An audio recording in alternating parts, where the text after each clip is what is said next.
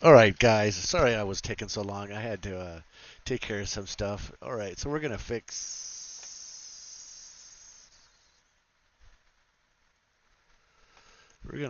this.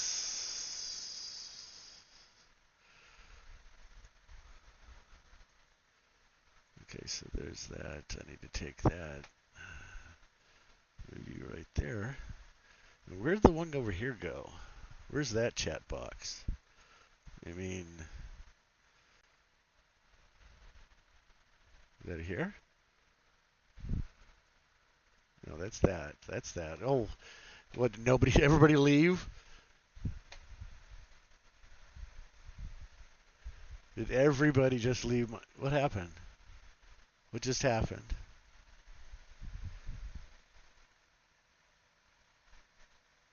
What happened to my? Uh,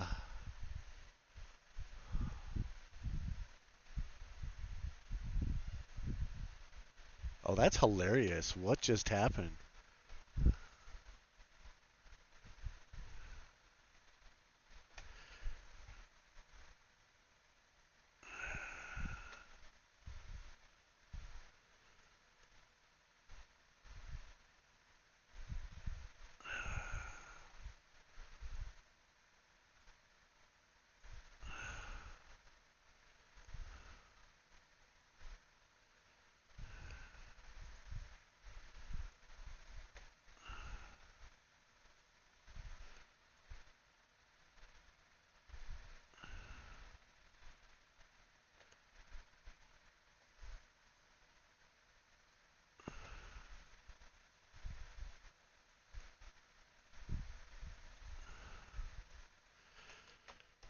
Okay, well, while I'm trying to fix my thing here, let's get this going. This is an interesting. This is pretty much both the campaign managers of Trump and Harris are debating each other right now on the Paris Morgan show. Um, so I thought, what the heck? Why don't we play it? And we'll stop it and we'll talk about some of the stuff that they're talking about. Donald Trump is tough. He's the boss of bosses. He was a toddler, and he threw a temper tantrum after he lost a fair election. Why was Kamala Harris incapable of being able to get into a room with Donald Trump, the president? Most of the American people don't really know which Kamala Harris is going to show up on the debate stage. This is just ridiculous. We all know him, that his biggest flaw is that he's a perfectionist. I mean, do you read his bleats? He doesn't even spell things correctly. This debate is going to be the first time the American people are actually going to see Kamala Harris. It's shameful, and the media should be held accountable for it. Piers, I gotta tell you, that was one of the most absurd interviews I've ever had to watch in my life. In just a few days, former President Trump will face Vice President Kamala Harris in a live televised debate. The 90-minute showdown on ABC will be the first time the two candidates have ever faced off, and it could have massive implications for the frantic final months of the campaign. Pollster Frank Luntz reckons the winner of the debate will win the presidential election. There have been weeks of frenzied speculation about muted mics, notepads, lecterns and rules, but whatever the rules end up being, how are the campaigns preparing to win? Well, Corey Lewandowski, who was Trump's campaign manager in 2016, when, of course, Trump won the presidency, has rejoined the team, and he joins me now with the inside track. Well, hopefully. Corey, great to see you again. Thanks for having me. It's been a while. Talked to you a lot in 2016. I remember the very early days of the Trump campaign. It was basically Donald Trump, you, Hope Hicks, the press secretary, and Keith Schiller, the bodyguard. That was it, the gang of four. That was the whole thing. Yeah, and I mean, just to start, given I haven't spoken to you for quite a few years now, but when you think back to those early days in 2015, from when he first announced he was running, and no one gave him a chance. I was one of the few people out there going, I think he's going to win. And people would openly laugh at me. Did you believe, when you were with him with that very small but very dedicated team, did you believe he was going to win in 2016? You know, Pierce, I knew he was going to win, and I knew it when I went to an event with him in my home state of New Hampshire. And I've been to hundreds, if not thousands, of events in New Hampshire. One of the first events we ever did, we showed up at a VFW hall in the middle of the summer. There were probably 700 people inside, and literally the people were standing on the roof, and they came out and they started shaking the car like they were seeing the Beatles. And I couldn't understand fully at the time what was going on. They were so excited just to see him and to have a non-politician get into the race. When I saw that, I said, we have something special. And then it became a movement. I remember another moment, which was when the Pope appeared to criticize Donald Trump for building the wall and criticizing quite openly. And Trump's response was extraordinary, actually, because he came back and said, well, last time I checked, worse than this effect, there's a wall around the Vatican protecting the Pope. And he gave it, back as hard as he got it. And I remember you saying to me at the time, for someone to stand up to the Pope is quite a big deal. But it showed you how fearless Donald Trump is. And of course, he's, as we've seen with the assassination attempt, he is, when it comes to it, pretty fearless. He is. And listen, I think the American people have seen him as the greatest counterpuncher ever. And look, I'm a Catholic, right? So going after the Pope to me was kind of, very, very tough. But we were in South Carolina at the time. And he said, what's the population of Catholics here in the States? Is this going to hurt me? I said, it's 11%, sir. He said, it doesn't matter if it's right or wrong. It's the right thing to do. And we're going to hit back. And then, Pierce, there's some things you can't teach. And you've known Donald Trump a long time. After he gets shot in the ear, he stands up, not because he had rehearsed this or because anybody thought this could happen. He says, fight, fight, fight. And this is a man who has been in the arena. You hear often the man who enters the arena, the man who's going to get into the ring to fight. Everybody knows that he is a fighter. What most of the American people don't see, but you have, is how generous he is privately, how magnanimous he is behind the scenes, how gracious he is to his friends and his family once you get to know him, and how big of a heart he has.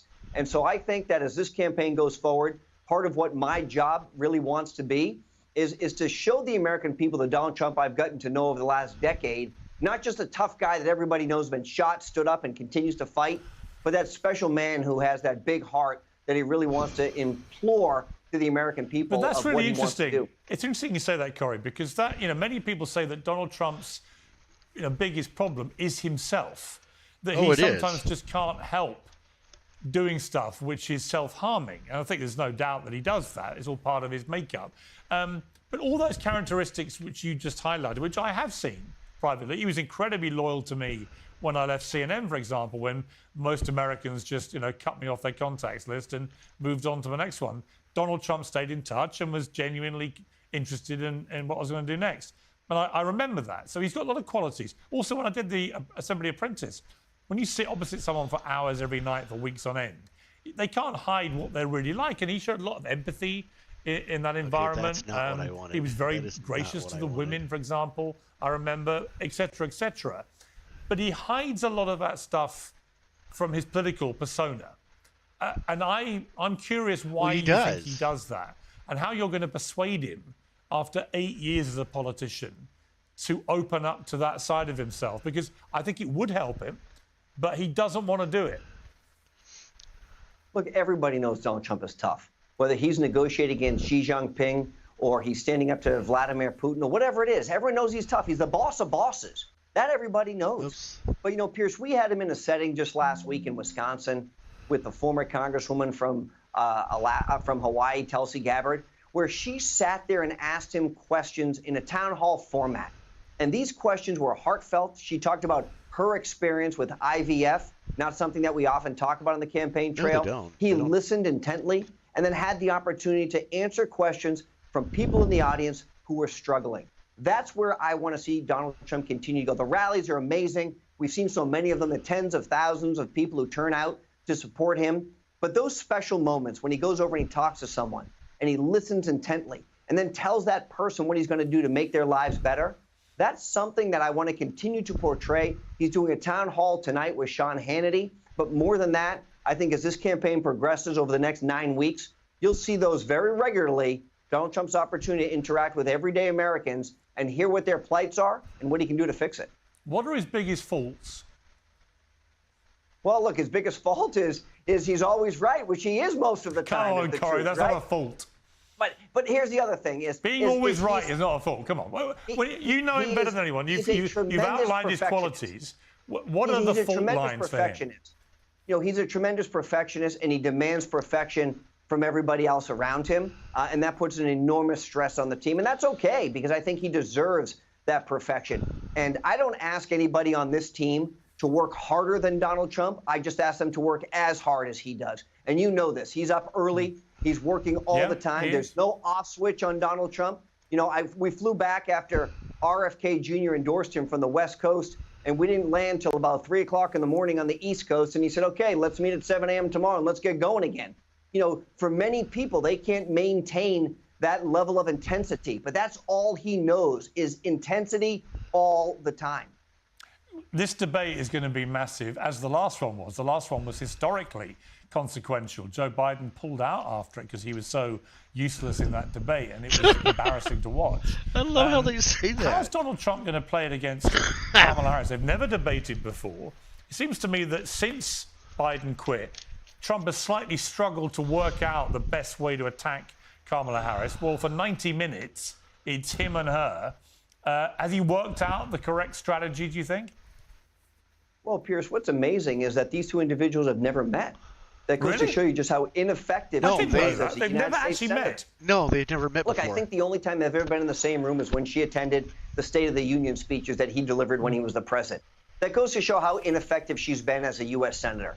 No interaction in bipartisan negotiations on a number of major issues, including providing the largest tax cut in American history. She was nowhere to be found. So we're going to see what that looks like. And here's what it comes down to, Piers. Most of the American people don't really know which Kamala Harris is going to show up on the debate stage. Is it going to be... What? Ah, God. See, that's the thing. I don't...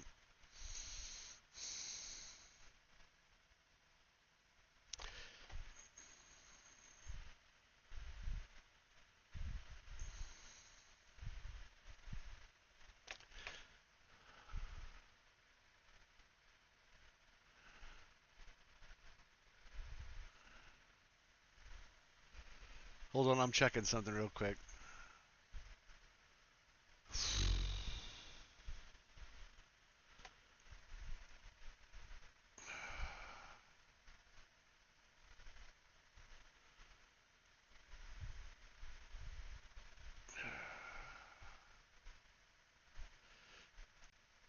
See, all these things, they're all for... Sorry about this. I'm trying to check something real quick. Here, let's put this back on. Be the one who's against fracking in Pennsylvania as she pledged, or the one that's now in favor of it? Is it going to be the one who said the wall was a vanity project, or the one who now says, no, I'm going to build the wall? Is it going to be the one who said Donald Trump destroyed the economy and supported Bidenomics before she's against it? Or is it going to be the one who said, I now support no tax on tips before she was against that? So this debate, this 90-minute opportunity, and I hope the moderators are fair and let the candidates have their discussions. But this debate is going to be the first time the American people are actually going to see Kamala Harris, because she's been employing the same tactics that Joe Biden did, which is for 45 days. She gave 18 minutes and 36 seconds of an interview to Dana Bash, and that's been the sum total of her time talking to the media. It's shameful, and the media should be held accountable for it. It is, but it also worked for Joe Biden in 2020. He won the election. I mean, are you not concerned that this is actually a winning strategy? You may not like it, but it is a winning strategy. But here's the difference, Piers. In 2020, we're in the middle of the COVID pandemic, and what we saw was a massive increase of absentee ballot voting. Those drop boxes were used, no validation to the signatures. We know that. I mean, let's not kid ourselves. In 2016, the average drop box received and rejected about 3% of the ballots that were put in there. In 2020, while the increase was 10x, the rejection rate went to 0.003 because they no longer validated the signatures. They just took them, and we saw record numbers of people voting because of COVID. We're going to go back to where things normally stand now, which means people are going to have to show up. They're going to have to prove that they're legal citizens, and that gives us the opportunity once again to implement our ground effort, turn our people out, make sure that we have a free and fair election. And we know that if that's the case, it's too big to rig. Donald Trump is going to win. So she can't hide forever, and the media has to put some pressure on her to start answering some real questions. Kamala Harris is going to come after him hard about abortion. She's made that pretty clear. What is Donald Trump's position on abortion? Well, I think he's been very clear. He appointed 3 U.S. Supreme Court justices who ultimately led to the overturning of Roe v. Wade to put this issue back to the states, because the states are the laboratories of democracy. And here's what happens now. People in most of these states are given the privilege to go to the ballot and vote for what they want. Every state's going to look a little different. And what we've seen, Pierce, in this country is states like Kansas and Ohio, which have historically been conservative states, are continuing to give women the right to have an abortion up until a certain date. It's on the ballot in Florida. What Donald Trump has said was, let's let the people decide. We should no longer be dictating at the federal level what is the best policy for everybody. And that's how the system's supposed to work. That is how the system is supposed to run. A constitutional republic. You get to go and vote. You get to decide what's best for your state, and what may happen in Massachusetts may look very different than my home state of New Hampshire. How did Donald Trump persuade you to come back and work on the campaign? Pierce, like you, he and I have been friends for a long time. And he called me. And he said, Corey, would you ever think about coming back? And I had a great life. I have a great life with my kids and my wife up in New Hampshire. But, Pierce, I'm concerned about the history of our country, the future of our country. And I said to my 4 children, who are all high school age or younger, I said, I will see you in 9 weeks. At the time, it was 12 weeks. I said, I will see you then, because if I don't do everything I can to help save this republic, I don't know who will. And I truly believe, as a patriot, as a family of a military family our entire lives, if Donald Trump isn't the next president of the United States, that we will cross a precipice that we'll never be able to come back from. I spoke to him a week after he was shot. He rang me and we had a very good chat. And at the end of it, I said, I'd love to do another interview with you, President Trump. We've done over 40 together now. He said, absolutely, let's do it. You're now one of the key men on his team. Can we get a date in the diary? Listen, I'd love to have it. I know you've always been fair to the president. We've had some back and forth a few times, but you've always been a fair, honest broker. So if it's up to me, the answer is yes. We've got 62 days to go. I don't know if you're going to be back over here anytime soon. I can be on a plane in 3 microseconds, Corey. You say the word, I'm flying. Well, let me find some time and we'll get back to you. I'd love to do it. It'd be great. It'd be good to see you. Nice to have you back on Uncensored. Good to talk to you. Thank you. Well, with a view from the opposite side of the spectrum, I'm joined by Tim Miller, the host of the Bulwark podcast and formerly communications director for Jeb Bush, who, of course, Trump famously called low energy in the 2016 presidential campaign. Well, great to see you, Tim. You were listening to that. What did you make of it? Piers, I got to tell you, that was one of the most absurd interviews I've ever had to watch in my life. And I just can't even believe that I had to sit through it. I just took a couple notes here. Donald Trump was tough standing up to Xi Jinping. Really? He totally folded to Xi Jinping during COVID, did nothing to try to push back on him at all. Donald Trump really behind the scenes cares about what the right things to do are, that he's a listener, that he listens to people. Like, this is just ridiculous. We all know him, that his biggest flaw is that he's a perfectionist. I mean, do you read his bleats? He doesn't even spell things correctly. But the most important thing I want to pick on is that little exchange you had about, oh, it's so surprising they've never met. Do you know why Trump and Kamala Harris have never met, Pierce? Have you thought about it for a second? Do you know why they really haven't met? Tell me. You're an idiot. Because he was a toddler and he threw a temper tantrum after he lost a fair election. And for the first time in America since the Civil War, we did not have a peaceful transfer of power. We did not have a ceremonial transfer of power where the former president, like a man, goes and stands on the stage and greets the next incoming president, where he helps the incoming team with the transition, where the vice president's team meets with the. That didn't happen last time because Donald Trump attempted a coup and he had a temper tantrum and he flew home to Mar-a-Lago just to go golfing and to hang out with the Cougars on the pool deck. To be clear, all of which That's what happened. That's why they haven't met, because he tried a coup. Well, to be clear, at the time I heavily criticised him for all the things you've just said. But that doesn't explain why... Okay, sure, but Corey Lewandowski comes on your show and he's like, oh, Donald Trump and Kamala haven't met. Well, hang on. Oh, my goodness. No, wow, that's so interesting. They haven't met. And then Corey's over there saying it's because Kamala was ineffective as a senator. No, it's because Donald Trump was supposed to be a deal maker, didn't meet with any of the Democratic senators. He said he was going to be the art of the deal man, but he didn't try to actually do any deals. All he did was insult people on Twitter. And then after he lost to Kamala Harris, fair and square, and Joe Biden, he didn't have the dignity... But why have a transfer of power for the first time in American history? I've just said I agree. Shameful. I've just said it's embarrassing. He's an embarrassment. I've just said I agree with you. So let's park that to one side. Well, but you didn't say it to Corey. You didn't challenge Corey. It was a very chummy interview. I know you want to get Trump on the show, but it was very chummy. Okay. And you didn't challenge Corey that much. Ours can be chummy too.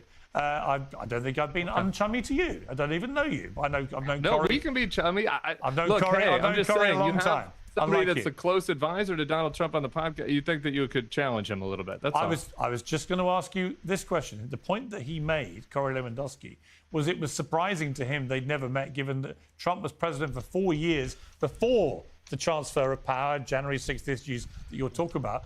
Why was Kamala Harris, who's one of the 100 senators in the United States at the time, why was she incapable of being able to get into a room with Donald Trump, the president? How was she not invited?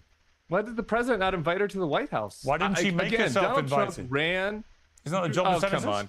Here's Donald Trump ran on this BS nonsense and come on this show. I'm the art of the deal man. I'm a deal maker, which was a book he didn't even write that got ghostwritten. It was this fake persona. It was this Hollywood persona that he conned the American people into believing that he was some deal maker. Then he gets in the White House and he doesn't even try to work with the Democrats on a deal. All he does is insult them. He does nicknames. He trashes them. He didn't cut any deals. Donald Trump, Joe Biden ended up being the deal maker that got the bipartisan deal on gay marriage, on infrastructure. So that's why Kamala didn't go to the White House. He didn't ever invite her. How about that? Well, yeah, Did you try that? If I was a senator, I'd have made sure I got invited. But let me ask you, I'm curious about your own journey.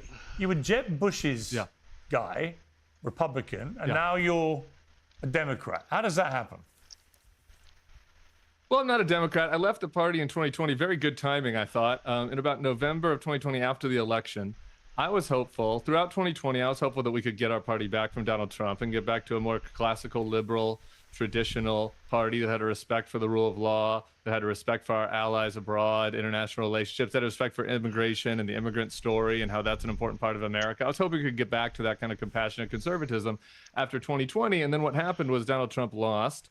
And he threw an extended temper tantrum. And rather than standing up to him, rather than telling him, sir, Mr. President, it's time for you to accept your loss and move on, all of the Republicans basically went along with it. And everybody participated in this absurd.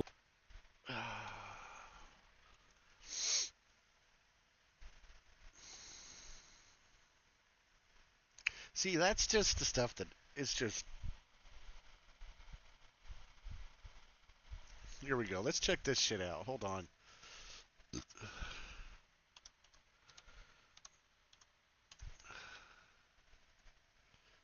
It might make me want to frickin' log into it. I don't know if I can.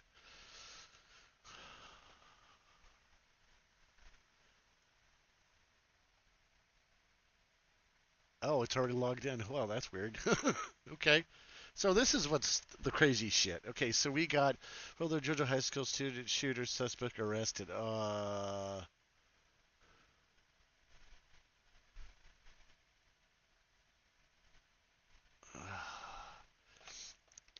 Rich woman testifies in shocking rape trial against husband and 50 men. Wow, that's not fun. Oh, that's disgusting. I didn't cover the man. Morning Joe panel accuses mainstream media of giving Trump an unfair advantage. How? I don't get that. How did they? 100% right.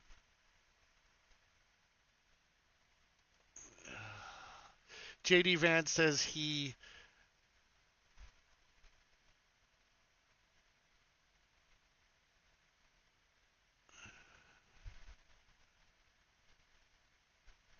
I mean, schools should have security. Schools should have security. If not, then why send your kid to school? It's not going to be a safe place. Former Texas Governor Rick Perry joins House Speaker team as advisor. FDA new review of toxic metal in tampons. Oh, that's not fun. So there's metal in tampons. Ew. Ladies, don't use tampons, please. They're dangerous. U.S. government orders a big U.S. airline to explain their frequent flyer programs. Literally also will control paramount after deal filing says.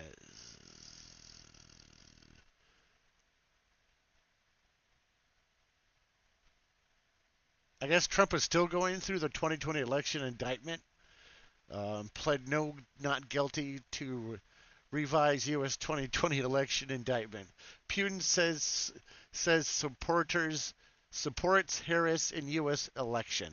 Yeah, because he didn't like Trump. Trump didn't take his shit, and he plans on walking all over Kamala Harris if she becomes president.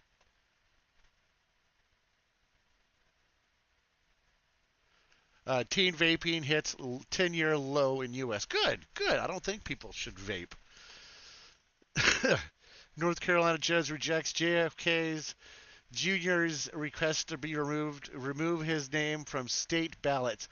I don't understand that. He's not running anymore. He's not running. He succeeded and gave his support to Trump. So technically, he's not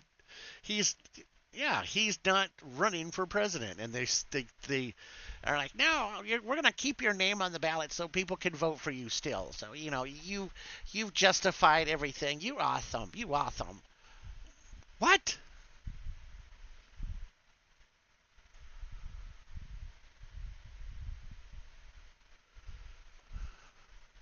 I don't know. It's just madness. Everything they're doing. Red Lobster was sued exit from Bacon Tree after judge approved sale to new owner. So Red Lobster is being sold to a new owner. Hopefully they can get out because I like Red Lobster. I can't eat Red Lobster, but I still like the restaurant. Yes, guys, and it's true. Brian Seltzer is back with CNN. You see it right here. Right there.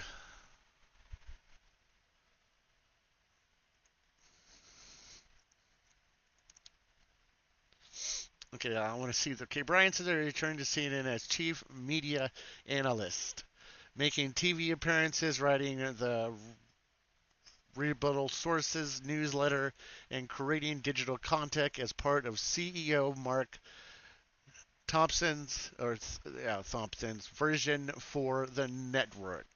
Siller shared, I'm returning to CNN in a brand new role as chief media analyst. It's emphasizing his different after a break from news. Yeah. So he's back. That's cool. I think it's cool that they brought him back. Yeah, U.S. hostages' families request White House to negotiate with Hamas, excluding Israel. So more stuff about Israel. Okay, and what is happened about Israel's major week-long raid in the West Bank city, Jenin?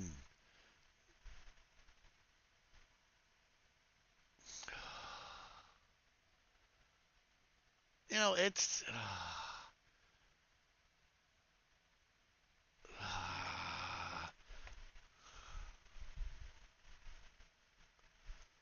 I don't know.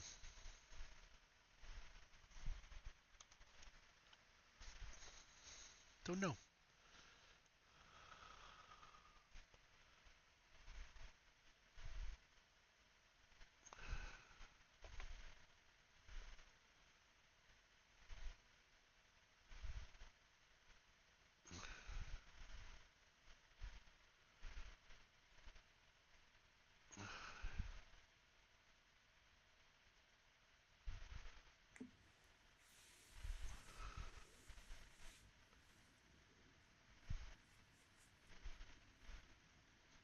Now, those are some beautiful breasts. Yeah, she's got some beautiful breasts. I wish I could show it on my screen.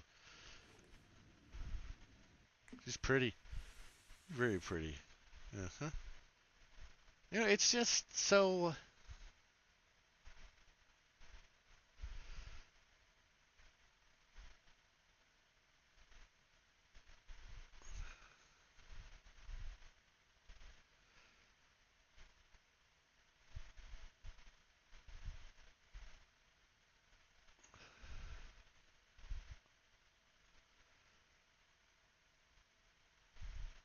I just don't understand any of this crap around the world.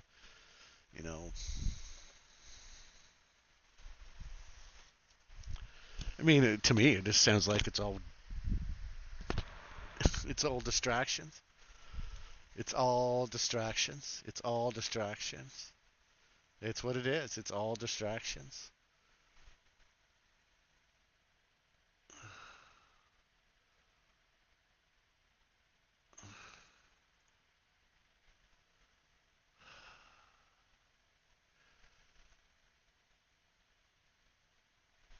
Okay, so now, yes, they are going to debate now. Okay.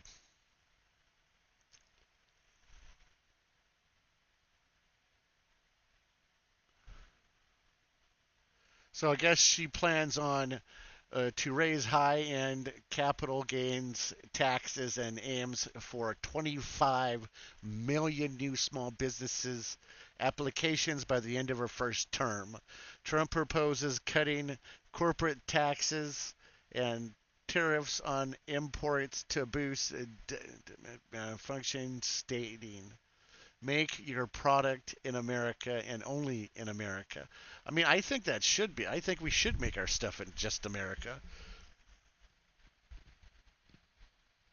There are there are things that pretty much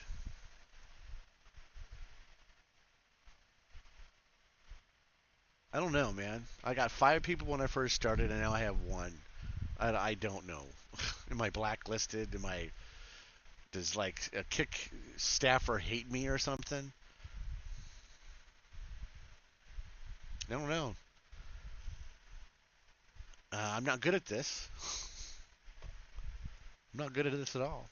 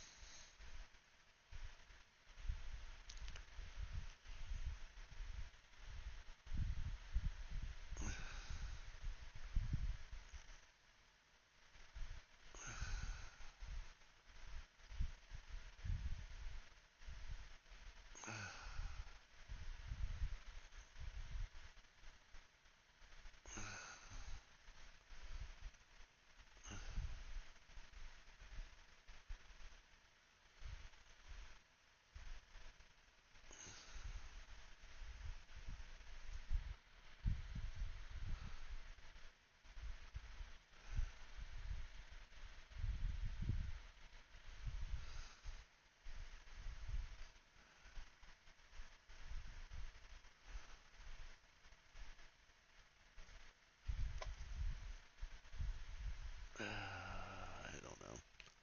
I am lost. I am lost right now. It's hard right now for me to focus on anything. So here.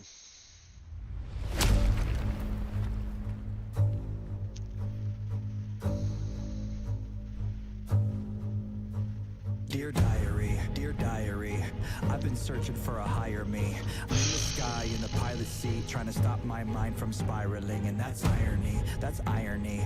I'm just looking for a resolution. I just wanna be a better human, but it's hard when everybody's acting stupid. Pardon me if that came off rude. I just have a bad attitude with the world and not just with you. It's the side effects of abuse. I admit I'm a little strange. I don't think that I'll ever change. I survived a whole life of pain. You could say I escaped my fate. I'm a cynical, egotistical, unpredictable, hardened criminal, and I could be a little hypocritical, but I'll admit it straight to your face. I'm unbreakable, irreplaceable, undeniably inspirational. I use everything I had available to make me the person I am today.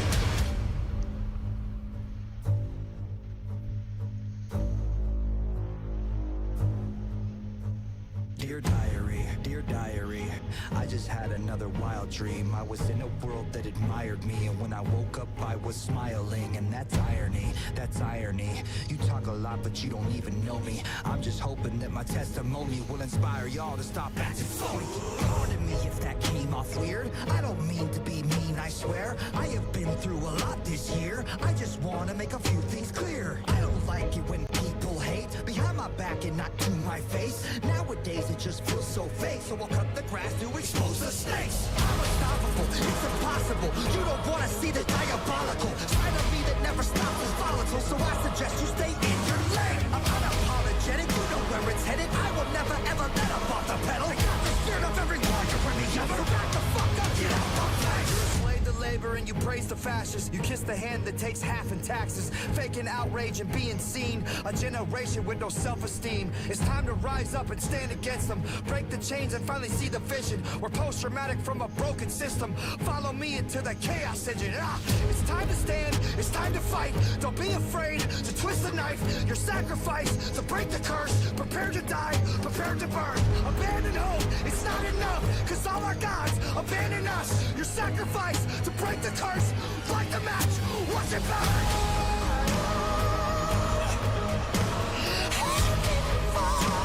The angels die. Let it burn from the start. When everything falls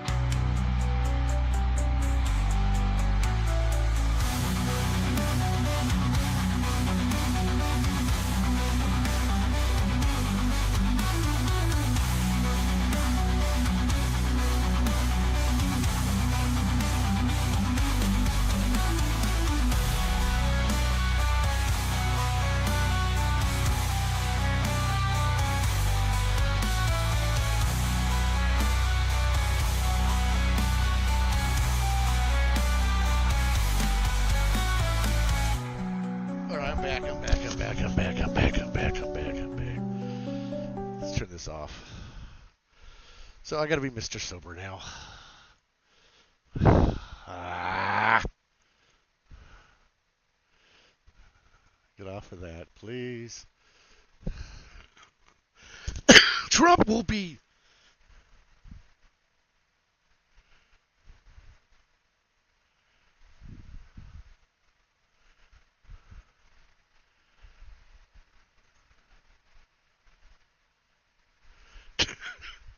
I guess the Secret Service won't let Biden. Oh, I need to get this off. Hold on.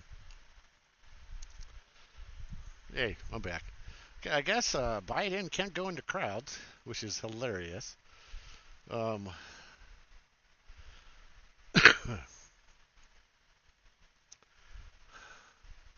check this. I want to see what this is.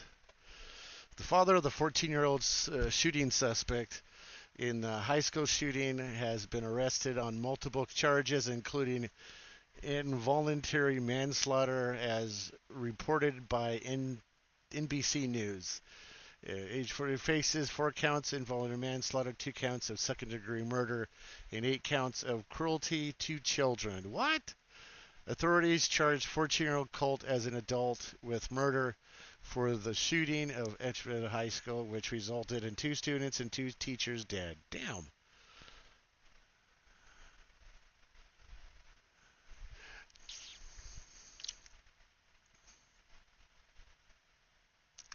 I guess he gave him the gun for a Christmas present. Sounds shocking, right? No, it's not shocking, you dumbass. I'm sorry. I'm completely, utterly sorry on this point. You're an idiot.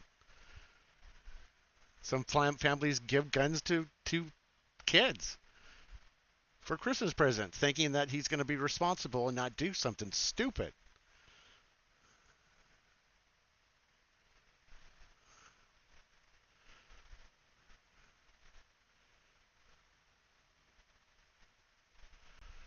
Okay, I guess the FBI informed him that his son was having or saying bad things and doing bad things, which the FBI should have went in and took the gun.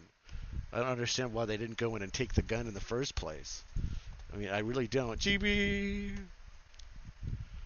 I mean, I don't get any of this.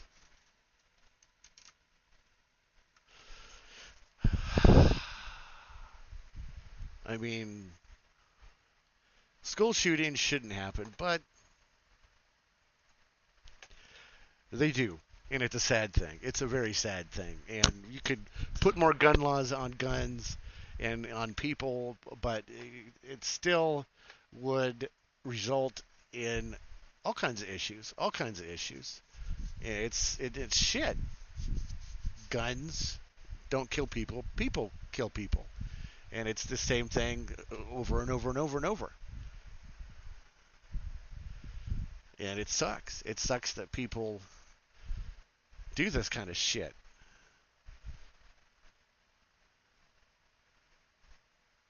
Okay, let's check this out. This is person we're going to get uncensored. Welcome back to Baseball Uncensored. I'm joined by my pack now, the founder of Within Our Lifetime, Nadine Kiswani, and the broadcaster and journalist Emily Austin. Okay, Emily, what did you make of that exchange I just had with Loki? I just dislike how you ask a clear-cut question and the question never seems to be addressed on any of your interviews, quite frankly. It seems like they use the airtime as an opportunity to deny the question and just spread their own narrative, and it's pointless. The debate is pointless. It's a one-sided conversation, and there's no actual conversation. It's, here's my question. Oh, but what about this pin? Right. I mean, Nadine, my problem with it was I've interviewed some pro-Palestinian voices in the last 2 weeks who were emphatic immediately. Let me make it clear. What happened on October the 7th was a disgusting terrorist attack, an abomination. And then they go on to talk about... Hey, guys, I'm going to put this on... Is it this one? Yeah, I'm going to put this on this one. I'm going to be back in just a little bit. I got to run to the store and get something for my son. We don't really have much food. Didn't go to the store today. I wish I did. But I'll be back in a few minutes. Enjoy this irate trant between a Hamas supporter and a genocide denier. The plight of the Palestinian people and maybe the historical conflict and so on. And I have great respect for people that do that. I've got to say, I really struggle with anyone who just cannot have the humanity to start by saying what happened on October the 7th was appalling, an outrage.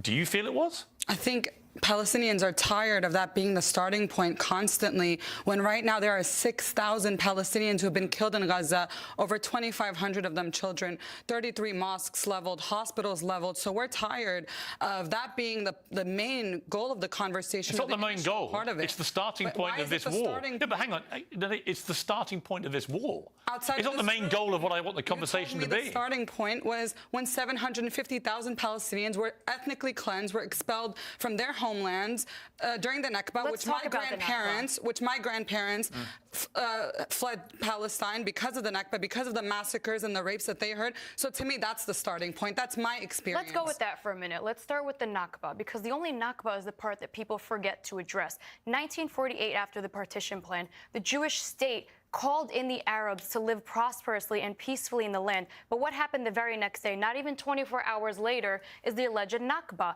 where the Arab leagues declared war on the Jewish state, that we just agreed to have our two-state solution. And what did they tell their people? Leave the state, let us get the land back, let's ethnically cleanse the Jewish people, and once we defeat them in this war, you will come back to the land. So the only Nakba was a catastrophe that you guys, the Arab leagues, waged a war that you could not win, and that is why, I'm sorry, your grandparents had to leave their homes. That's completely ahistorical. I don't represent the Arab League. I'm Palestinian, and I'm speaking on behalf of the Palestinians. But why do you find it hard to start, given this war, this latest war that's erupted, began with a terror attack on October the 7th, why is it hard to not just say, That was terrible. I don't see you asking Regev if he condemned the slaughter of innocent civilians. You can't do it, can you? No, she can't, because she's the same woman who said every Zionist before they die should hear pop, pop before they die.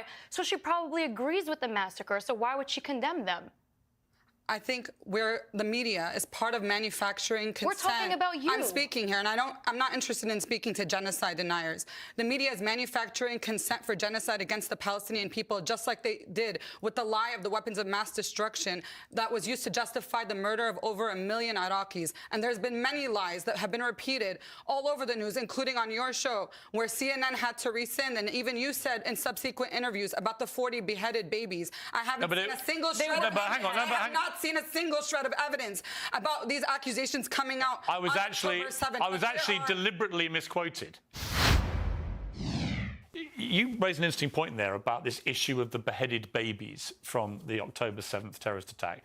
I was accused by Bassem Youssef of saying on air that 40 babies had been beheaded. I never said that. I said there were reports that 40 babies had been killed and that some had been beheaded. That appears to have been borne out by other reporting, but I haven't seen the full details of every single casualty, so I don't know for sure. I certainly never said 40 babies were beheaded, but that clip has gone around the world, and I've been bombarded with abuse based on an absolute lie. I don't see a big difference between saying 40 babies were beheaded versus maybe, 40 babies were killed. You don't think there's between 40 and some?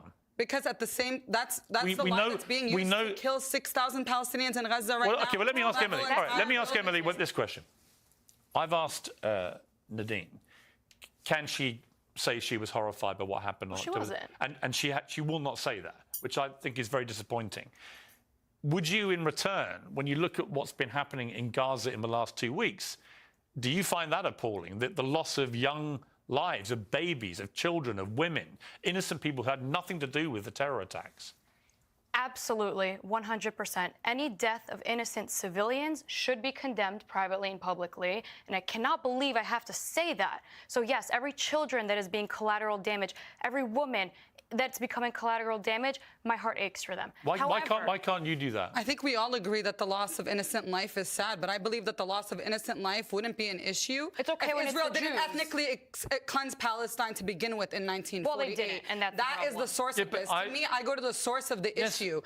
But what happened on October 7th isn't the beginning of what Palestinians but had you asked me, okay, but Nadine, ask me. That's not the starting point. Why don't you ask me what do I think of that? You have a lot of preconceived views of what you think I think. I agree with you. I think the displacement of hundreds of thousands of Palestinians in 1948 is the root cause of all of this. Well, you can thank the Arab Leagues for declaring war on the two-state solution. There are myriad people at fault in the next 70 years. We were ethnically cleansed from our land. It's not like Jewish people were ethnically cleansed from the land of Palestine. They colonized it from other people.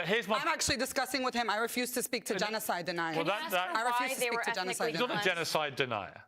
She's not. Do you know the definition of a genocide? No, I do know the definition of a genocide. Gaza currently is a concentration camp. No, it is because not. The Palestinians. You think Hamas wages genocide? I believe that. Look at the numbers. Look at the Palestinians who have been killed. Hamas's stated purpose. We're not here to talk about any specific is to eradicate entities. the Jewish people. It's their stated purpose. The first thing that we should be fighting that's literally is for genocide. Palestinians to be returned home to their homeland. That is literally, talk about the specifics Hamas's stated purpose is literally the definition of genocide. It's wiping out people based on their ethnicity. The hostages who were released had otherwise to say. The 2 out of 250. Let's applaud Hamas. You can't. Okay. The hostages that Israel didn't even want to take to begin with. They didn't even want to take them back. But they did take them. The Palestinians need to divorce themselves as they bomb Gaza, risking their own hostages. They don't care about killing Palestine needs to be liberated from Hamas, because when your governing body is a terrorist organization, that is the root of the problem, not the alleged ethnic cleansing. The ethnic cleansing of Palestine happened decades before Hamas was even created. Let me ask you a question. Do you think that Hamas should stay in power in Gaza? I'm not here to talk about political organizations. No, I don't care about these questions because my people are being ethnically cleansed. Because I see the faces of 2,500 Palestinian children on social media every day, charred, mutilated, having chemical weapons against them. So this is going to be my priority on this show, just like any Palestinian around the world is speaking up for our cause. You will also stop using babies as human shields. Stop it's making the most densely populated region in the world. Yeah, but you will also know 2.3 million Palestinians live there. Half of them are homeless. Let me respond to you. This is a ridiculous argument. My question is whether you think it is good for the Palestinian people that Hamas stay in charge, given the scale of the terror attacks they carried out, given the inevitable response that's come from Israel, with the inevitable loss of Palestinian lives, given the displacement now of hundreds of thousands of Palestinians out of the north of Gaza into the south, and who knows what's going to happen. The devastation to Gaza and to Gazan people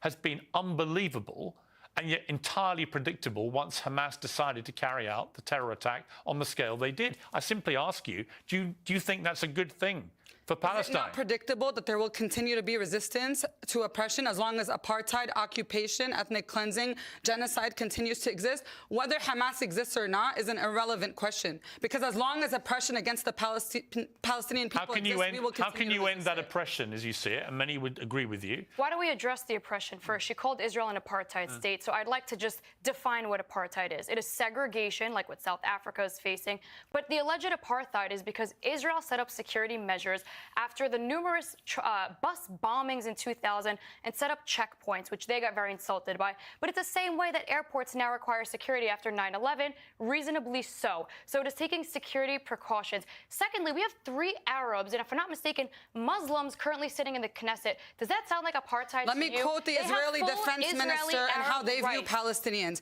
He said that we are fighting against human animals, that our soldiers will not be accountable for anything. There will be no fuel, no food, no water, and Gaza will cease to exist. This is what Yoav Gallant, the Israeli defense minister, has said. This is how they refer to Palestinians. I think one of the big problems, this is beyond apartheid. I think one of the big problems leading up to this has been... That's not apartheid. That's well, beyond let me just say what I think. That's the language of ethnic cleansing and genocide, beyond apartheid. Let me make the point I want to make, which is I think one of the problems leading up to this is that Benjamin Netanyahu, for political expediency to remain in power, has packed his cabinet with a bunch of right-wing headbangers whose rhetoric actually was incredibly incendiary and incredibly unhelpful. So I do think that, actually. And you know what? Even if you're right, unfortunately, the narrative that it's about the land, I'm sorry, the Hebron massacres in 1927, 1929, that was not about Israel. It is about the murder of Jews all over the world. National Jihad Day that I had to worry about being in Manhattan last Friday was not about Israel. You mean the day where we had a protest where thousands of New Yorkers came out? That's not a national day of jihad.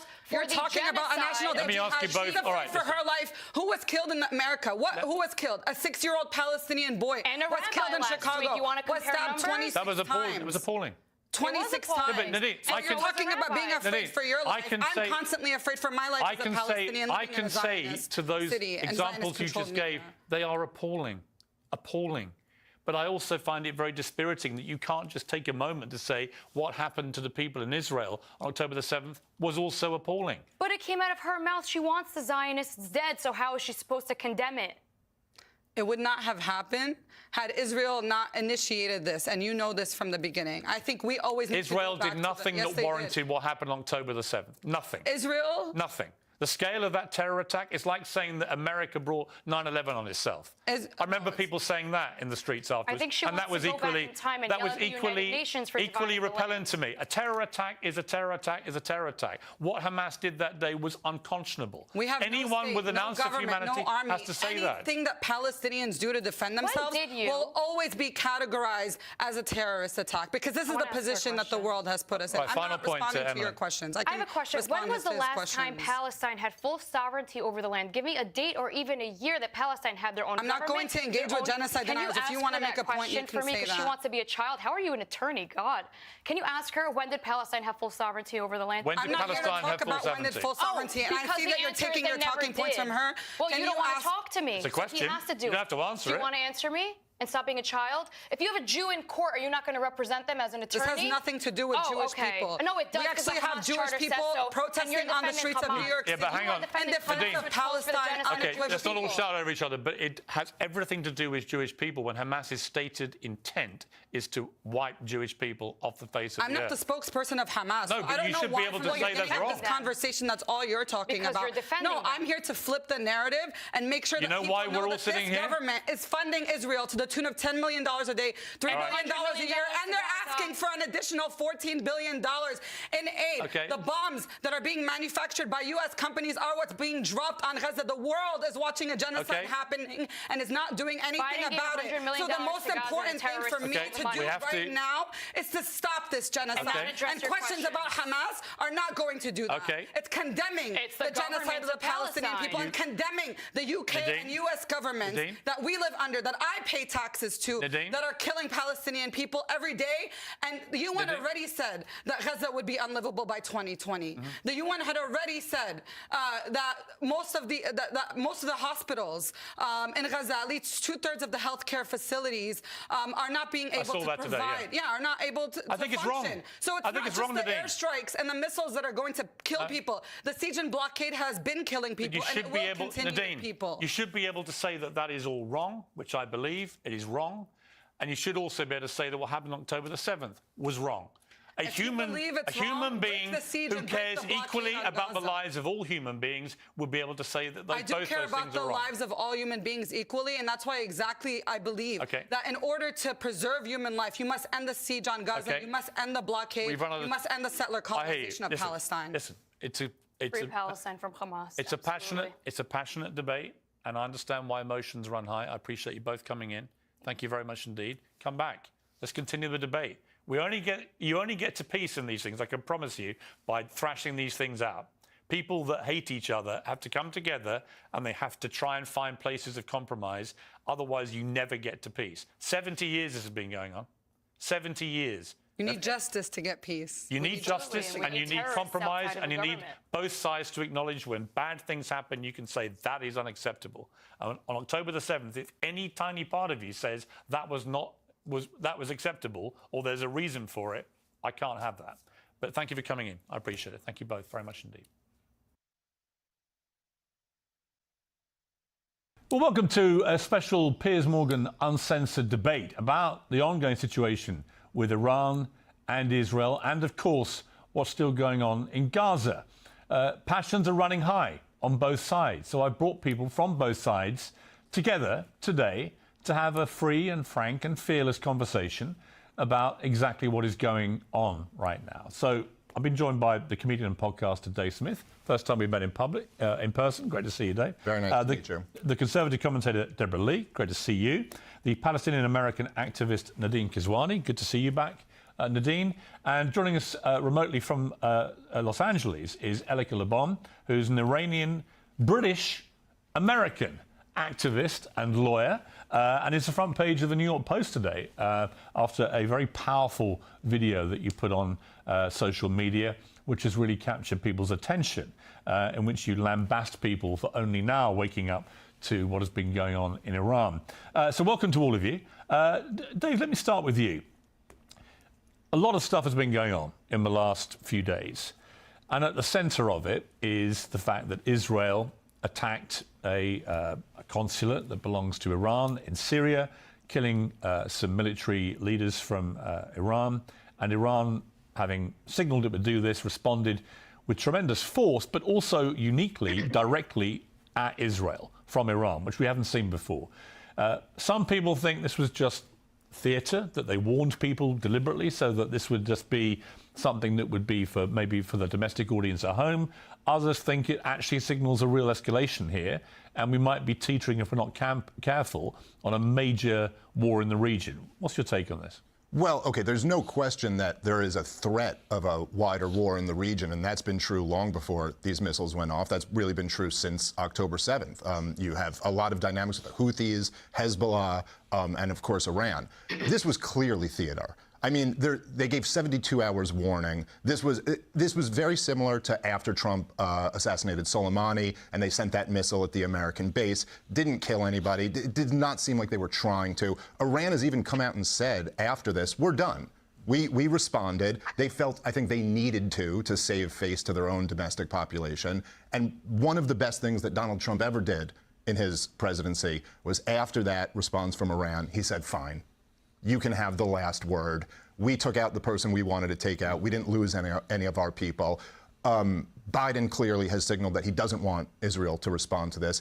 Israel would be insane to respond to Iran, as they've claimed they're going to do. Why would they be insane? Because, listen, at this point, Israel has lost much of the world over this war, and they'd basically be waving the finger at the U.S. To do this. They'd be risking a wider war. Joe Biden has signaled that they'd have to go at it alone, that he's not going to back them up on any offensive attack against Iran. Every pro-Israeli person that I've ever met has always talked about the peril of Israel, that we're this tiny little country surrounded by all of these hostile nations, and there's so much anti-Semitism in the world. If that's the case, why would you intentionally try to make this a broader regional war? Okay, Deborah, why?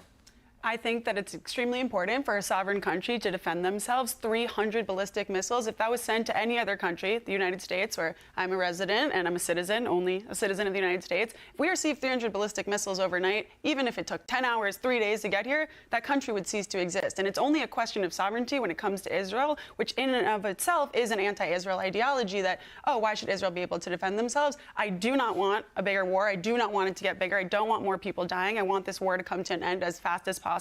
But I think that this can't be the norm, that, oh, you can just send ballistic missiles at Israel, hundreds, and nothing happens. You can just get away with it. I think deterrence is the most powerful tool we have in the Middle East, and that terror groups only listen to force. They don't listen to peaceful negotiations. Some would argue that the ultimate deterrent here was that Iran fired off 300 missiles and absolutely nothing, apart from one or two apparently, landed anywhere near Israel. One little girl was badly injured, which is appalling.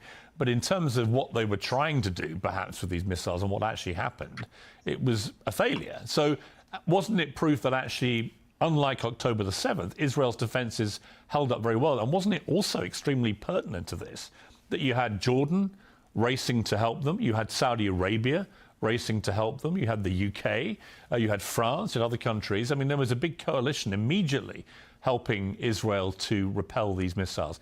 Isn't that in itself a pretty clear deterrent that you can try, but you're not going to get anywhere? I mean, I think it was great to see the countries come together in defense of Israel, but this is more of a testament to the Iron Dome than anything else. Thank God for the Iron Dome. It is amazing technology. It protected millions of lives. If this did not exist, these rockets could have fallen. They don't know if it's falling on an Arab family, a Jewish family, a Druze family. They just want to kill people. And thank God that Israel was able to defend themselves. What do you think Israel should do? I mean, right now, I think they need to do something. I'm not a military advisor, but I think something along the lines that says, you cannot mess with us. We are a sovereign country. You can't send 300 ballistic missiles. So what does that look like, though? And get away. I think that would either be a threat of force or I think threatening is rightfully so right now. That would be the first step, saying, hey, you do this again, or we're going to weaponize, we're going to get ready to come for you. You don't touch us. We will destroy you. We will blow your regime off the map. And, Can I just ask, I mean, if we're talking about the principle of a sovereign country, is Iran a sovereign country? Is Syria a sovereign country? Because Israel bombs Syria every couple months with impunity. Okay, that in itself is not true, but Israel, that's a fact. Israel bombs Syria whenever they feel like it. Of terrorism, they supported. So they're not a. They support Hamas. They support no evidence. No evidence has been that they supported October 7th. That has nothing to do with their sovereignty. Listen, it is a separate attack, and that this is okay. A But you brought up the issue of a sovereign country, yes. And then as soon as I ask the question, we're pivoting to other things. First of all, our CIA has said that they believe the Iranians were shocked on October 7th. So there's no evidence has been provided that they were in on this. Israel. It's the Islamic regime and the Islamic Republic that does not. Well, that's part of it, but the Islamic Republic has made life a living hell for Iranians. For many years, Iranian Jews lived there. There was a growing okay. I'm Jewish sorry. I understand. I understand what you're saying. Yeah, nobody's arguing. People don't support I'm not arguing that Iran is not a repressive government. That's not my argument. But you're making the case that there's the argument is a sovereign country, and so that's why Israel is in defense of this. I'm just saying, is Syria a sovereign country? Because as you noted, Pierce, that's where this started. Well, let me bring in Nadine here. We've had some fiery debates before about what's happening in Gaza. But on this, do you have any defense for what is happening in terms of what Iran did?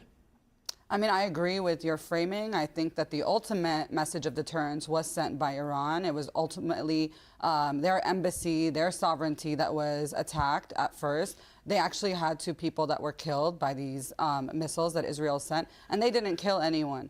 You know, just as the Yemeni people who have been seizing these ships are sending a message that, you know, let in humanitarian aid and we'll let these ships pass through. It's not about killing people. It's why should Israel just accept people firing rockets at them? Well, why should anyone accept Israel firing rockets? Well, we'll come to that part of the debate in a minute, but why should Israel ever accept people firing rockets at them? Whether it's the Houthis, whether it's Hezbollah, whether it's Hamas, whether it's Iran, why should they just in principle? They are, I mean, you put it right there, they are a tiny country surrounded by, I mean, I once interviewed Netanyahu in Jerusalem, and he took me to a map behind his desk, and it was quite a powerful thing he did. Performative, but powerful. He said, watch, and he put his hand on Saudi Arabia, he put his hand on Iran, his hand on Egypt. He went round all the big countries bordering Israel, and then he took his thumb and he went, watch, and he put his little thumb where Israel was, surrounded by these huge handprint countries. People in Israel feel pretty vulnerable because of that, and they feel vulnerable because they're constantly being attacked. Now, I will come to the other part of that, which is how they responded to October the 7th. I will do that with you. But just on this alone, if a country like Iran decides to fire 300 missiles at you, what are you supposed to do as a country? I mean, the Israelis are clearly trying to bring in the U.S. to a broader regional war. This is what their MO was from the beginning. That wasn't the question I asked you. I think that's what they're trying to do, though. No, I'm asking you, what should Israel do in response to what happened to them? What's the correct response for any country if you're hit with 300 missiles? I think they need to understand that the world is growing tired, angry, and frustrated with the countless deaths that we're seeing happening in Gaza. Tens and tens of thousands of people, so many children. People are starving to death. People are freezing to death. They need to understand that the world is angry, and they need to put an end to But that had genocide. nothing to do with why Iran launched 300 missiles at Israel. It was nothing to do with what happened in Gaza, except that Israel would say they attacked the consulate in Syria as an attack on people that they believed were collaborating with Hamas over October the 7th. So it does have to do with it. It does, but that wasn't the main focus. Was a revenge attack for what happened at the consulate. You know, I think it wasn't about actually what's going on in Gaza. You know, I don't think that there is really anything left to debate here, aside from the fact that there is a genocide going on. It's been going on for 6 months. Israel is a rogue state, just as Nazi Germany, just as apartheid South Africa was, and it needs to be reined in. Just be honest. You want us to take it. You want us to all die to these missiles. That's the honest answer that you're avoiding here. If you can't say it is wrong for a country to send 300 ballistic missiles to innocent civilians, I could say that they're Can you say it was wrong for Israel to put Gaza under siege and blockade for the better part of the last 2 decades, for them to murder 40,000 people, for them to murder 15,000 children? Okay, your numbers are coming from Hamas. First what about off, 1948, 750,000 Palestinians by Hamas. Why is it not on Hamas to free the Palestinian people? All right, let me bring in Elika, who's trying to get in here. Elika, you are the only actual Iranian amongst us. You were born there. So what is your response to what you've heard so far? Well, I'm really frustrated with the complete distortion of the narrative. Like you're talking about these strikes in Syria, first of all, not being on an Iranian embassy. So let's just get our facts straight. It was on a military base that was next to the embassy. Why is the military base there? Why is the Islamic Republic making Syria vulnerable to these attacks? You want to talk about bombs on Syria? Guess who's doing that? Guess who's doing that? It's the Islamic Republic by using other countries as a base, so it makes Syrian people vulnerable to that. So let's not just act like there's strikes on there for no reason. Second of all, you talk about civilians, or people were actually killed in that strike, which targeted senior IRGC leaders who were meeting with Hezbollah. Meeting with Hezbollah to do what exactly? Because let's just talk about what's been happening for the past 6 months, much less the past 4 decades, which is that we have seen October 7th, okay, which was an act of war. Let's be clear. Let's dispel this narrative that there's no evidence that the Islamic Republic supported that. It's been reported over and again. It was reported in the Wall Street Journal. It was asserted in the Wall Street Journal. Republic, no, let me finish. I'm not done. What do you think that the Islamic Republic is training, sponsoring, funding its proxies for? What do you think they are funding its proxies for in Israel, in Gaza, in Yemen, in Lebanon, and all of that to strike Israel on October 7th, every single day since October 7th, firing rockets into Israel. And then when there is a strike on IRGC leaders planning a meeting with Hezbollah to further attack Israel, you want to turn around and say, oh, people were killed. Guess who was killed? The people that were killed are the people when the Islamic Republic struck Israeli embassies in different countries, actual civilians, okay? Not military senior personnel. And guess who else would have been killed if it wasn't for the Iron Dome? 300 rockets, you're talking about hundreds and thousands of deaths. So you're relying on the fact that there was an Iron Dome to protect the fact, like, oh, well, nothing really happened. A lot happened, and a lot would have happened if Israel didn't have to invest so much into protecting its civilians. And you can't rely on that as a defense. And not only that, let's go back to talk about when you talk about the strike on Soleimani and you say, oh, well, nothing really happened. They just did a small retaliatory whatever. That's not the case. They actually, let's talk about Flight 752, when they shot down a plane from Tehran going to Ukraine, killing many, many, many innocent people on that plane, because you know what the Islamic Republic does? It takes it out on its own people. That's what they do, and that's what they're doing right now. They're cracking down on Iranian women in the streets to show that they're the big bad wolf, because they know that they don't want any smoke with Israel, but they want to remind you who they are. And guess who they're taking it out on the Iranian people. And this is where we draw the line. We draw the line at this vocal support for the Islamic Republic being framed as the victim in this story that they have been orchestrating for decades, orchestrating terrorism, regional stability for decades. You want to talk about the Houthis that are fighting for freedom? How dare you? How dare you not acknowledge what the Houthis are doing in Yemen? Do you listen to Yemenis and their voices and what they have to say? They are being terrorized. They are being starved. They are being killed. A young Arabic woman is on death row right now in Yemen for criticizing the Houthis. Are you speaking about their rights when you talk about Yemeni people fighting for freedom in the Red Sea? How are you going to call freedom takers freedom fighters? Okay, well, that's a good... Oh, Elika, let me just jump in. I want to bring in the others, because you've raised some very interesting points there. Dave, you were bristling at some of it, though. What? Well, look, I just think we have to have one standard here. And this is kind of the point I was getting to with national sovereignty. Like, if we're going to talk about things, let's have one standard. If our concern is over what's been happening to the people in Yemen, as you said, what the Houthis are doing to them, do you know what's been happening to the people of Yemen over the last 8 years? It's been the #1 humanitarian crisis in the world, in the war that Saudi Arabia launched on them with full backing from the United States of America. Both Obama and Trump, through every day of his administration, we were refueling their fighter jets, okay? We were very implicated in that war. So, okay, if you care about horrible things happening to the people of Yemen, then you better be criticizing Saudi Arabia and the United States of America. This war just ended over in the last year. The 8 years previous to that were devastating. That's a whataboutism. No, it's not what about. No. Whataboutism is what. No. Okay, hold on. I'm not finished. No. You said you weren't finished. No, you said you weren't finished before. I'm not finished now. Whataboutism is a word that people yell when you call them out on their hypocrisy. I'm saying let's have one standard. Absolutely not. I can explain to you why it's a whataboutism. Whataboutism? What are we, teenagers? What does this word even mean? I'm putting this into historical context. So that you understand, okay? A whataboutism deflects from the issue that was presented. The issue that I presented to you, okay, it's a logical fallacy. What I presented to you was the fact that the Yemeni people do not support the Houthis. And you brought up, well, what about the fact that they don't support this and this? I didn't bring that into intellectual. By the way, I didn't. No, hold on. Let's just be clear here. No, let me explain so you understand. Well, let me finish. I'm not saying that. Let me finish my sentence. Okay, go ahead.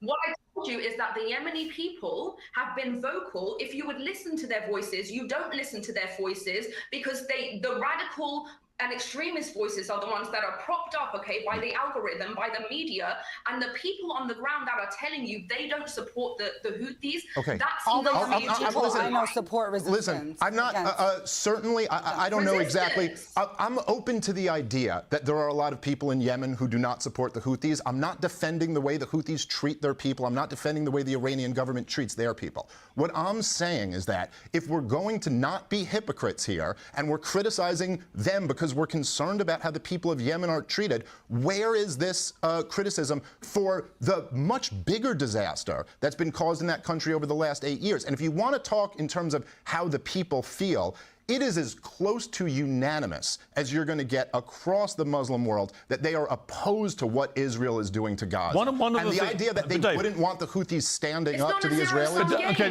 hang on a sec, Elika. Hang on a sec, Elika. On what Iran has done here, it's actually achieved what many think was almost impossible, is it's made people gravitate back to Israel. Right? It has brought people together with Israel because they thought, well, actually, look at this. 300 rockets launched from Iran, clearly presenting a massive threat to the people of Israel. Right at the moment when you're right, global support for Israel was beginning to fade away pretty quickly. Well, I would argue that what Iran has done here is a very self-defeating thing. If the desire was to try and continue to isolate Israel for what it's been doing in Gaza, that this is the worst thing that Iran could have done. Listen, there might be something to that, and I'm not saying that this necessarily was a great strategic decision, but I don't think you're right about that. I mean, look, when you say that united people or pushed back toward Israel, I think what you're thinking about is the fact that all of these countries that you just pointed out all helped Israel defend themselves. But the truth is that it's not actually that shocking that Jordan and Saudi Arabia and look, the Sunni Gulf states, Jordan's not a Gulf state, but these Sunni states here, they're American sock puppets. We buy them off for billions and billions of dollars and prop them up. They do, but what the wider world sees, Dave, they just see Israel coming under attack from Iran, and they see two major Arab countries, Jordan and Saudi Arabia, racing to support their defense at a time when much of the Arab world is in rage about what has been happening in Gaza in terms of how Israel has executed its attack on Hamas in response to October the 7th. So, you know, I would agree with you. There's no doubt that support for Israel had been dissipating fast. But when I saw the reaction to what happened here, I was struck by two major Arab countries going, well, we know this is unpopular, what's happening in Gaza, but this is something we're going to support Israel on. But I think you might be conflating the actions of governments with popularity amongst the people. I mean, I'm open to evidence on this, but I do not see any real realignment happening here. Look, Israel has, by the way they've been conducting this war and the brutality of it, they have been alienating more of the world than I've ever seen them alienate in my lifetime, to the point where 50% of Democratic voters believe this is a genocide. This is a major problem for Joe Biden's re-election campaign, and this is just however you feel about the issue. There's no doubt. There's no doubt that they have turned much of the world away from them, and I'm just not seeing any evidence that because some rockets that got shot down changed that. Democrats were so pro-Israel before October 7th. Well, yeah, but that's also a part of an argument. Let me ask you though, Deborah. Much more so. The scenes that we've been seeing in America in the last 48 hours, these concerted protests on major bridges around America, right through New York and Washington and so on. We've been seeing people in Michigan chanting "Death to America," you know, pro-Hamas slogans being chanted and so on. What do you make of this? I think it's absolutely hurting. One, I think it's just obviously disgusting to harm regular, everyday civilians. The people that are on the bridge just trying to get to work, to the airport, their kids to doctor's appointments, they have nothing to do with the war that's going on in the Middle East. They have no way to affect it. You're not going to change their mind by making them miss a flight or anything like that. And I think it's really hurting their cause, that they're inconveniencing people. We've seen this for months. The Christmas tree lighting, the Thanksgiving Day parade, anything that would bring joy to Americans, it seems like they want to protest to disrupt it, and that's not going to make Americans more favorable. And personally, I live in Manhattan.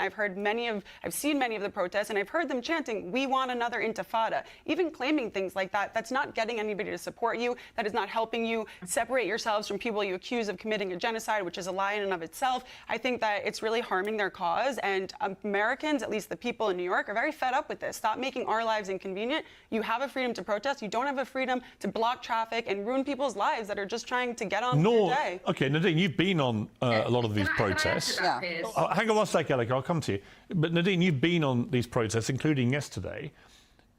When I hear people chanting "Death to America" in the heart of America, that sends a shudder down my spine. I'm not even American. And we're seeing similar things happening in the United Kingdom. I believe passionately in peaceful protest, no doubt about that at all. But when I see what's been going on with sections, and they're sections, it's not the whole protest crowds, it's unnerving to see this kind of hatred for America from people living here. Well, I'd just like to start off by saying that the protests have still been peaceful. You know, phrases and actions that have been taken at the protests haven't actually been violent. They haven't harmed anyone, and I don't think we should focus. What do you think about people chanting "Death to America" as they did in one video clip I saw? I think that that's just a phrase maybe said by an individual. Well, no, the whole crowd began joining in. I didn't see that. Yeah. So this guy said it, and then the whole crowd began chanting it. What would you condemn that? I'm here to talk about the entire Hang on, Israeli you're here to answer my government. questions, actually. Would you condemn what they were chanting, death to America? I think we should condemn Palestinians actually being killed. Okay. I think that... That's not the question I'm asking you. So I will ask you about Gaza. But on the question I asked you, would you condemn people in America chanting death to America? What do you say? I don't condemn how people choose to express their rage verbally. I don't condemn that because at the end of the day, the reason they're saying that is because the U.S. is sending the tax dollars and the weapons that are actually creating death do you to support Gaza. them chanting death to America? I don't chant that myself, so I don't know why But do you're you trying support to trap the me in this type of I'm asking you to argument. condemn it. You don't want to. How So I'm hard is that asking. to I'm condemn? asking. Do you therefore? Should I assume you support them chanting? Those aren't the chants that I would personally do myself. You must either. Well, hang on. Sorry. I just want an opinion on this. You must surely either condemn it or support it. No, you don't need to. You're neutral It's and not death to a America. binary That's thing. terrifying. How would anyone do you think, if they went to Gaza and chanted death to Palestine with Hamas terrorists nearby? I don't understand these hypotheticals. There's actual Because death they're being very carried out lucky. on They're very Gaza. lucky to be There's doing. a context hang on, that you're hang on. removing. I'm going to explain the context. They are doing this in a country where they're very fortunate, where freedom of speech is not just Exactly. tolerated but encouraged. Exactly. If you tried to do death to Palestine as a chant with a crowd in the middle of Gaza with Hamas people nearby, I suspect you would be killed pretty quickly. Are you saying that people who chant death to America should be killed in the U.S. or No. should they be able to express their freedom of speech? I'm saying First Amendment right. Well, I don't think saying death to America is a free speech. It is freedom of speech, but it's listen, Piers. Well, Alec, I'll come to you in 1 second. Dave, I'll be very quick with this, but I'm just going to say I hate to jump over to the other side of this issue now, but I've just seen this so many times on your show when you have someone who I agree with, by the way. I'm totally against this war by Israel. I think they should just stop it. I think the By treatment. Israel, by Hamas. Okay. Anyway, Facts matter.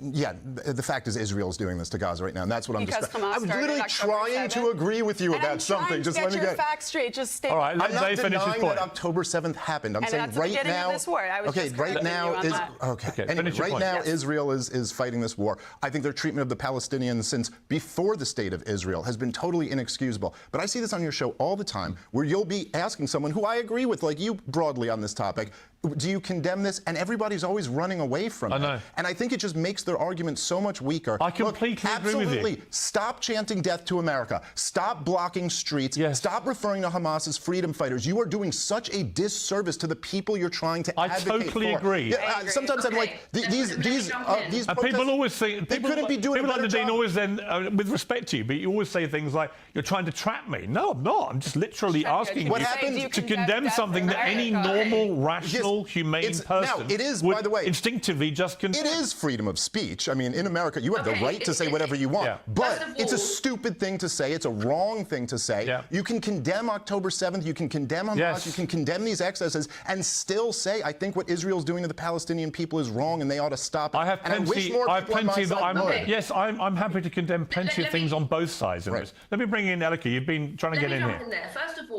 First of all, when we talk about freedom of speech in this country, per the Constitution, we know that there's not absolute freedom of speech, okay? There are 9 discrete pockets of exceptions to freedom of speech, one of them being incitement of violence, okay? So let's not act like it's just willy-nilly that you can go out there and say death to America. Second of all, Incitement of violence is a very specific instance. This does not cover this here. Finish. This is faux intellectualism. You're using your legal background to try to trample people's First Amendment freedom of speech rights. It's a waste of time. You've been speaking, and I have something to say about this. When you say death to America, okay, it is with blithe insensitivity about the fact that we are living in a nation of immigrants. Do you understand that? We are living in a nation of immigrants where people come here to escape terrorism. Would it make you all happy for me to distance myself from slogans like that? I'm happy to do that. Yes. Well, okay, Elika, hang on. I'm happy to distance myself from slogans like death to America. Yes. But I think it's important to understand that the context of condemning Palestinian resistance, condemning the people in Gaza, paves the way for this genocide to be carried out. And that's exactly what we saw happening. You need to let me finish my sentence, okay? Because you're not letting me sentence. I don't want to be No, but that was a interrupted. significant concession there by Nadine. That if we wanted her to distance herself, she will, and she has. So, okay, I accept that. When you talk about death to America, you are talking about death to a democratic nation. Okay, we moved on from this point. I don't understand why we're still talking about No, you cannot keep interrupting me. You cannot keep interrupting me. That's extremely disrespectful. You're talking about death to a nation that is designed to protect a nation of immigrants with the rights and the privileges afforded to them from the Constitution, who have escaped countries that were killed for exercising those rights to free speech, okay? This is not a perfect system. Don't get me wrong. This is not a perfect system, but it's a system that we are working on. It is a system that I've worked in the criminal justice system for this exact reason, okay, to improve this system that I've been working on for the past 12 years. But at no point am I going to turn around and say death to a nation that is the only place that we have for this type of progress, for this type of protection of minority communities, this type of protection for immigrants, okay? And it's not a perfect democracy, and when it fails, we take to the streets. When it failed for Rodney King, what did we do? We took to the streets, and the DOJ got involved, and we made it happen. Okay, I'm back. All right, I'm actually going to go.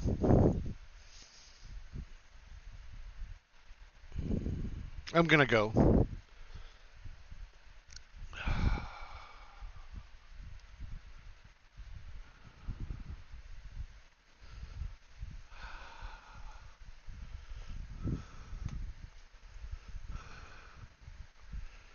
You guys are all wonderful. That's all I want to say.